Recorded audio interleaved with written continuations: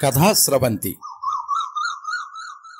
నబీ కథ రచన పురాణం సుబ్రహ్మణ్య శర్మ గారు. వినిపిస్తున్నది పప్పు భోగారావు. పురాణం సుబ్రహ్మణ్య శర్మ గారు తెలుగు వారపత్రికలలో ఒక ఒరవడి సృష్టించిన మంచి సంపాదకులలో కొడవటిగంటి కుటుంబరావు సరసన నిలబడగల వారిలో ప్రథముడు. ఆంధ్రజ్యోతి వారపత్రికకు చాలా కాలం సంపాదకులుగా ఉండి ఆ పత్రిక ద్వారా మంచి సాహిత్య సేవ చేశారు. ఇల్లాలి ముచ్చట్లు అన్న శీర్షికను పురాణం సీత పేరుతో అనేక సంవత్సరాల పాటు నిర్వహించి అనేక విషయాల మీద రాజకీయ, సామాజిక, సాహిత్య, మానవ సంబంధ విషయాల గురించి వ్యంగ్యం, హాస్యం మేళవించి రాసేవారు. వీరి రచనలు కలకానిది, నీలి, ఇది ఆకాశవాణి విజయవాడ కేంద్రం నుంచి రేడియో నాటికగా కూడా వచ్చింది. ఇల్లాలి ముచ్చట్లు, జేబులో బొమ్మ, చంద్రుడికో నూలుపోగు, శివకాంత, రంగుల రామచిలక, మధురవాణి ఇంటర్వ్యూలు. వీరిని గురించి ప్రముఖ సినీ దర్శకుడు వంశీ ఇలా అంటారు: నా దృష్టిలో పీఠికలు రాయడంలో అందవేసిన దిట్ట శ్రీ పురాణం సుబ్రహ్మణ్య శర్మ గారు. ఏ పుస్తకానికి ఎలాంటి ముందు మాట, ఎటువంటి అంత్యవాక్యం రాయాలో ఆ వ్యాకరణం తెలిసిన మహారచయిత. ఆయనలాగా ఎవరి వల్ల రాయడం సాధ్యం కాదని నా నమ్మకం.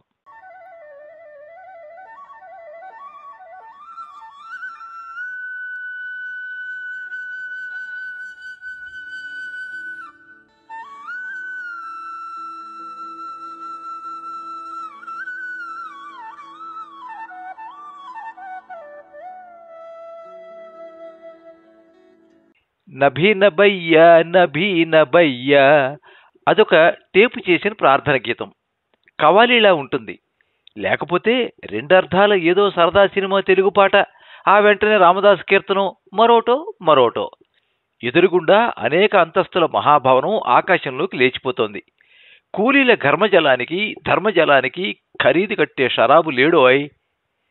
ఈ ప్రపంచంలో కూలీలు మిద్దెలు, మేడలు, మహాభవనాల దగ్గర వేసుకున్న చిన్న చిన్న పాకల్లో ఉంటూ ఇంకా దరిద్రంలోకి దిగజారిపోతూ సరైన తిండి, బట్ట, జీవితానికి భద్రత లేక, అమెరికా ప్రెసిడెంట్కే లేదు భద్రత, అణగారిపోతూ ఉంటారు.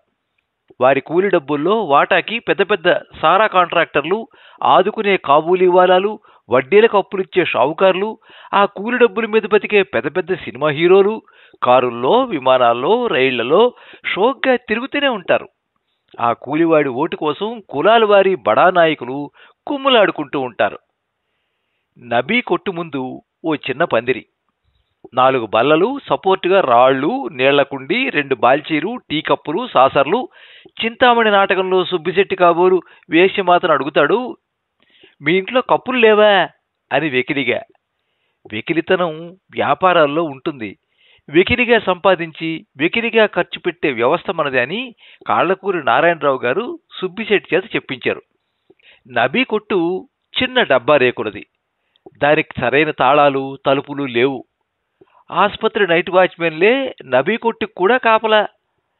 ఆశ్చర్యం, అంత ఓపెన్గా ఉన్నా నబీ కొట్టులో దొంగతనం జరగదు. సమాజంలో దొంగలు ఉన్నారంటే దోచుకోబడే ఆస్తులు, డబ్బు కూడా ఎక్కడో ఉన్నాయన్నమాట. సీక్రెటు. కిల్లి కొట్టు ఆంధ్రదేశానికి గర్వించదగ్గ సింబల్.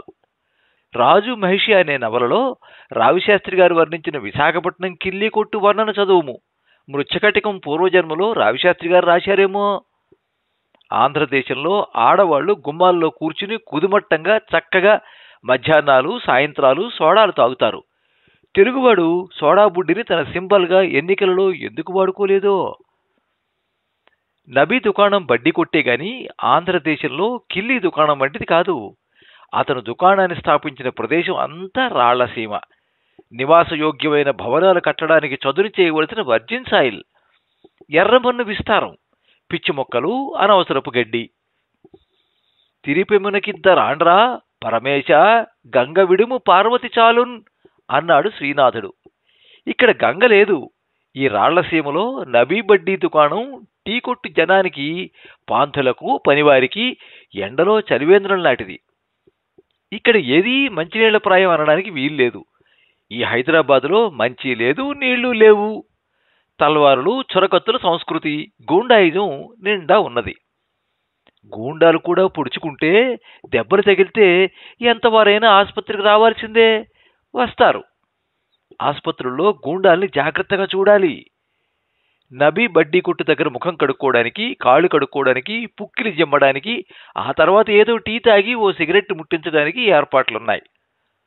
1000 పడగల నవలలో విశ్వనాథ వారి పాత్ర ధర్మారావుకి రూపాయి 2 అప్పిస్తూ ఉంటాడు ఓ కిల్లి కొట్టివాడు. అలాంటి పాత్ర నబీ.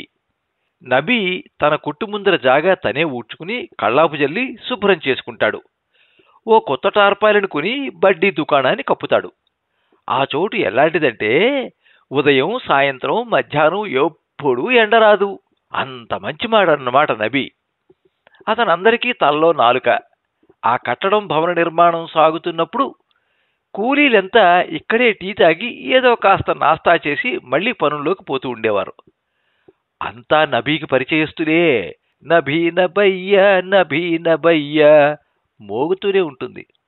గ్రాహకులకు టీతో పాటు ఆధ్యాత్మిక సంగీతం కూడా అందివ్వాలన్న వ్యాపార రహస్యం నబీకి తెలుసు. నిర్మాణంలో ఉన్న పనివారికి నబీ కొట్టు ఆశ్రయం, చల్లని నీడ. నబీ ఉర్దూ, హిందీ, తెలుగు, మరాఠీ అన్నీ మాట్లాడతాడు. పచ్చగా ఓ మాదిరి వెన్నెలలా మెరుస్తాడు. ఆ మెరుపు స్వతహాగా వ్యక్తిలోని మంచితనం వల్ల వచ్చింది. కొంతమందికి చిన్న చిన్న అప్పులిస్తూ ఉంటాడు. అతను నవ్వితే ఎవరో దేవుని స్నేహితుడు మన క్షేమం కోరి నవ్వినట్లే ఉంటుంది. అతను టంచనుగా 7 గంటలకు కొట్టు మూసేస్తాడు. ఆదివారాలు తెరవడు. అంతా గవర్నమెంట్ పద్ధతులు. అతనికి సహజంగా హైదరాబాద్లో అందరికి మళ్ళీ 2 భార్యలు. వాళ్ళు పరదాలో ఉంటారు. ఎప్పుడూ ఈ బడ్డీ వైపుకి రానే రారు. జీవన విధానానికి, వ్యాపారానికి లింకు పెట్టుకోలేదు. అతను టీ బడ్డీ వ్యాపారాన్ని సెక్యులర్గానే నడుపుతున్నాడు. అతని కళ్ల ముందు ఆ కాలనీ బ్రహ్మాండంగా లేచింది. తాటి చెట్టు కింద పాలు తాగేవాడిలా అతను అలాగే ఉన్నాడు. అక్కడ కడుతున్న ఆసుపత్రి కూడా లేచింది. ఎలా లేచిందంటే వామనుడు 3వ పాదంలా లేచింది. అంత భవనాన్ని మేస్త్రీలు, కూలీలు, ఇంజనీర్లు కట్టారు. హైదరాబాద్కి మీసం లాంటి ఆసుపత్రి. అక్కడ కాల్లో ముళ్ళు గుచ్చుకుందంటే 10 ఎక్స్రేలు, బ్లడ్ టెస్టులు, గుండె పరీక్ష అన్నీ చూసి ఓ 10,000 సుమారుగా బిల్లు చేస్తారు. అన్నిటికీ అక్కడ మందులు ఉన్నాయి గాని ధనదాహానికి వైద్యం లేదు. ఒక రోగి తను బాధితుడనని ఫీల్ అవ్వకుండా ఒక నిత్య భోగిలా చూడబడతాడు. భిషగ్రత్నాలు, రత్నాలు తీసుకునే వైద్యం చేస్తారు. కూలీలు మాత్రం రాళ్లతోనే భవనాలు నిర్మిస్తారు. అది తేడా. ఆ బృహత్తర భవన నిర్మాణ కార్యక్రమంలో నబీ కూడా నేను సైతం ప్రపంచాగ్నికి సమిధనొక్కటి ఆహుతిచ్చాను, చూడండి ఈ ఒక పనికని సమిధలు ఆహుతి అంటూ బ్రాహ్మిన్ కల్చర్ని విషంలా నరనరాల్లోకి ఎక్కిస్తున్నాడు. నబీ కార్మికులకు టీ పోశాడు. నబీ దగ్గర అరువులు పెట్టేవాళ్ళు ఇస్తే ఇస్తారు, ఎగేస్తే ఎగేస్తారు. సిరిదా వచ్చిన వచ్చును సలలితముగా నారికేళ సలిడము భంగిన్. పోయినప్పుడు కరిమింగిన వెలగపండులా పోతుందట. ఈ మధ్యన కొందరు శాస్త్రజ్ఞులు అసలు ఏనుగు ఎలగపండు తినదని, తిన్నా లోపల గుజ్జు మాయం కాదని పరిశోధనలు చేసి సుమతీ శతకం వాడికి సైన్స్ రాదని తేల్చారట. ఇప్పటి వాళ్ళు వెనక వాళ్ళు శుద్ధ చవటలని, వారికి ఏమీ రాదని తేల్చడానికి రీసెర్చి, దిబ్బ, తిరిగుండం వాళ్ళ బొందా చేస్తూ ఉంటారు.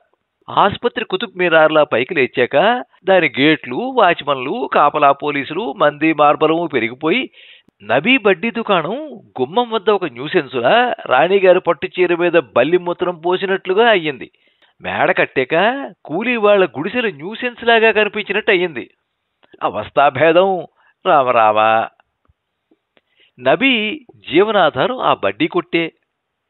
ఎక్కడైనా కొట్టుగాని పొట్ట మీద కొట్టకూడదని మన వాళ్లకు రూల్ ఉంది. ఈ ఆధునిక యుగంలో అటువంటి వాటికి ఆట్టే ఖాతరీ లేదు. ఇంగ్లీష్ వాళ్ళ స్కూళ్లలో తెలుగుకు ఆట్టే ఖాతరీ లేదని గిరీశం అన్నట్టు. ఆ ఆసుపత్రి పెద్ద డాక్టర్ గారు వైద్యం తక్కువ, బిజినెస్ ఎక్కువ చేస్తారు. మన దేశంలో కూడా అంతే.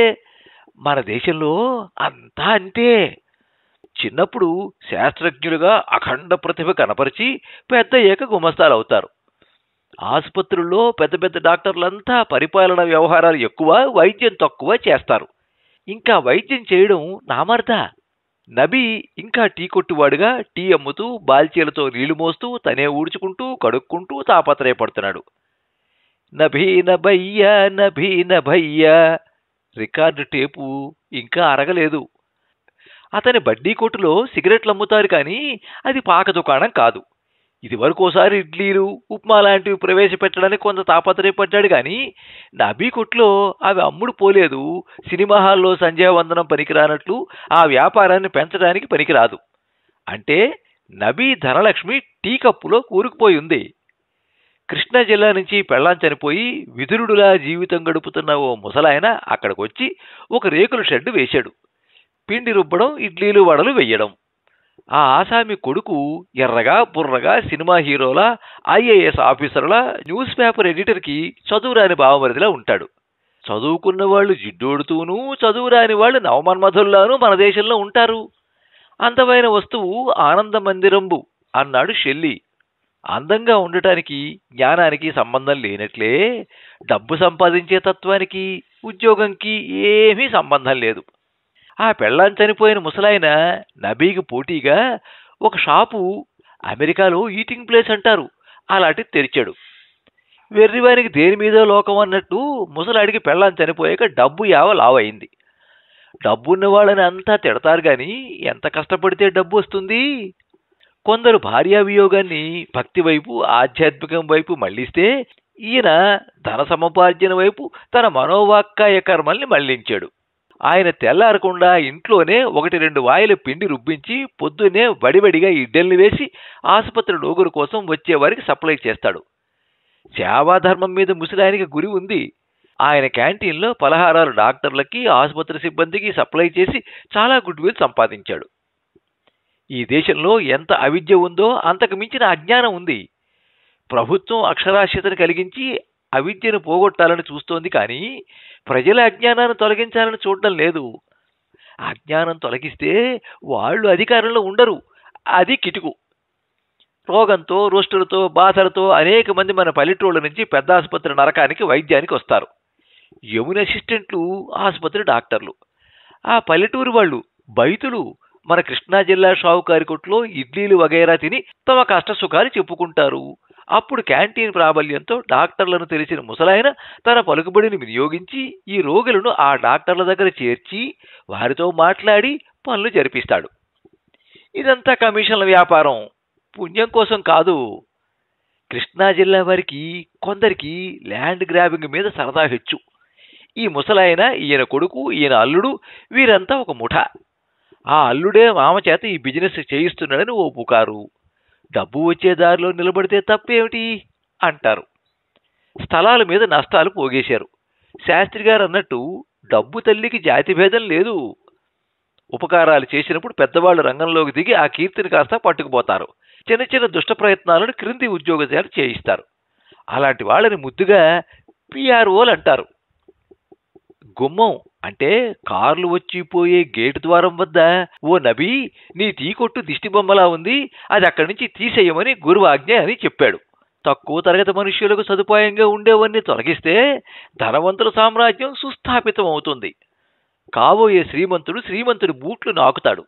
ముసలివాడి షాపు నిండా ధనవంతుల పిల్లలకు కావలసిన చాక్లెట్లు, బొమ్మ బిస్కెట్లతో ఇంకా రకరకాల ఖరీదైన అనేక వస్తువులతో ధనలక్ష్మి సాగరంలా ఉంటుంది. బీద పిల్లవాడు ₹1 పుచ్చుకు అక్కడికి వెళ్తే పొమ్మంటాడు.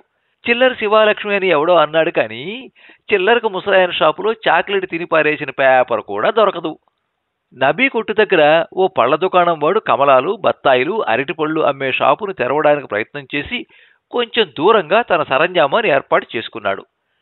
అక్కడ పళ్ళు కొనేవాళ్లు లేక ఆ కొట్టువాడే నలుచుకుని తినడం ఆరంభించాడు. ఎండవేళలో పండ్లు ఎవరైనా తినవచ్చు, రోగులే కాదు. ఒక డాక్టర్ గారు ఆ అరటి తొక్క మీద కాలు వేసి జారిపడ్డాడు. అతను పిఆర్ఓను పిలిపించి ఈ దుకాణాలని తీయించి వేయమన్నాడు అర్జెంటుగా. బీదవాళ్ళంటే ఆ డాక్టర్కి చెట్ట కోపం.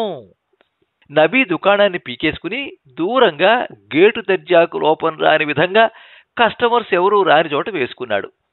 అక్కడి నుంచి నభీ నభయ్య రికార్డు వేసినా ఎవరూ రావటం లేదు అన్నట్లు ఆసుపత్రిలో క్యాంటీన్ తెరిచారు. అక్కడ కాఫీ ₹5. నబీ కొట్లో రూపాయి.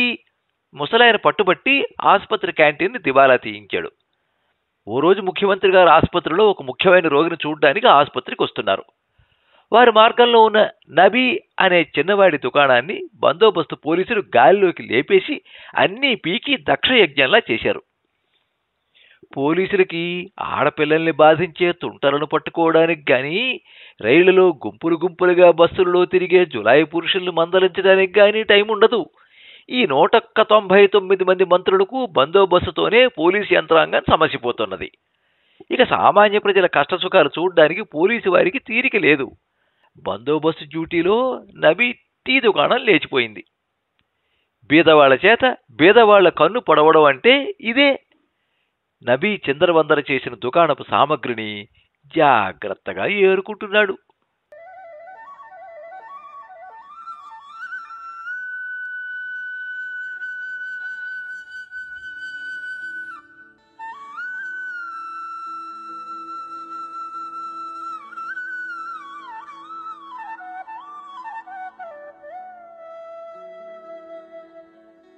మీరింతవరకు నబీ కథ విన్నారు. రచన పురాణం సుబ్రహ్మణ్య శర్మ గారు. వినిపించినది పప్పు భోగారావు. ఈ కథ వేదగిరి రాంబాబు సంకలనపరిచిన కొత్త కథ డైరెక్ట్ కథల మొదటి సంపుటి నుంచి సేకరించబడింది. ఈ వీడియోని లైక్ చేయండి, మీ మిత్రులందరికీ షేర్ చేయండి. ఇలాంటి మరిన్ని మంచి కథలు వినిపించడానికి ఈ ఛానల్ని సబ్స్క్రైబ్ చేసుకోండి. పక్కనే ఉండే బెల్ ఐకాన్ని క్లిక్ చేస్తే ఇలా అప్లోడ్ చేసే వీడియోల వివరాలన్నీ కూడా మీకు ఎప్పటికప్పుడు నోటిఫికేషన్ ద్వారా తెలుస్తాయి. ఎప్పుడు మీ అభిమానాన్ని కోరుకునే పప్పు భోగారావు. సర్వే జనాః సుఖినో భవంతు. కథా స్రవంతి.